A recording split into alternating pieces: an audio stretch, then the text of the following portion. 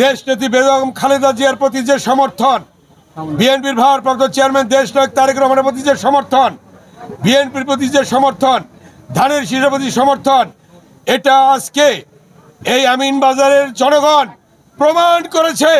ইনশাআল্লাহ আগামীতে বিএনপি ক্ষমতায় আসবে।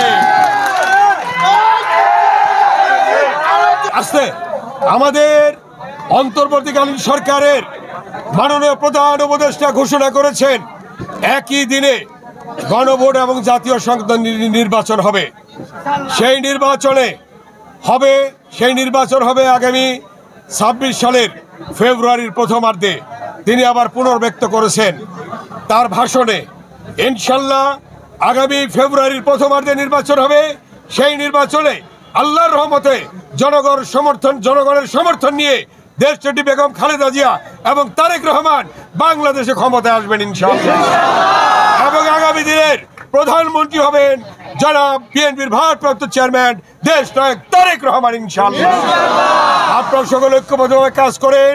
ইনশাআল্লাহ সারা বাংলাদেশের যে চিত্র, বিপুল ভোটে বিপুল সংখ্যাগরিষ্ঠতা নিয়ে বিএনপি ইনশাআল্লাহ জয়লাভ করবে।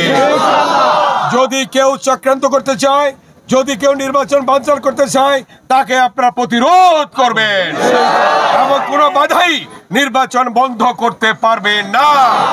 নির্বাচন প্রধান উপদেষ্টা ঘোষিত ফেব্রুয়ারির প্রথমার্ধে ইনশাআল্লাহ নির্বাচন হবে। আল্লাহর রহমতে আপনারা দোয়া করবেন বেগম খালেদা জিয়ার জন্য।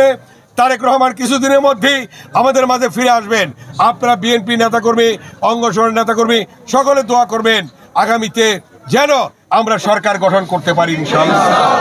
এবং এই আমিনবাজারের আমার সম্মানীয় চেয়ারম্যান সাহেব সহ অন্যান্য নেতৃবৃন্দ, বিএনপি অঙ্গ সংগঠন, শুভাকাঙ্ক্ষী এবং যারা সমর্থক, তারা ঘরে ঘরে গিয়ে ধানের শীষে ভোটটা চাবেন আপনারা এবং ঘরে ঘরে গিয়ে বেগম খালেদা জিয়ার সালাম পৌঁছাবেন, জনাব তারেক রহমানের সালাম পৌঁছাবেন, ধানের শীষে ভোট দিতে বলবেন ইনশাআল্লাহ। সবাইকে ধন্যবাদ।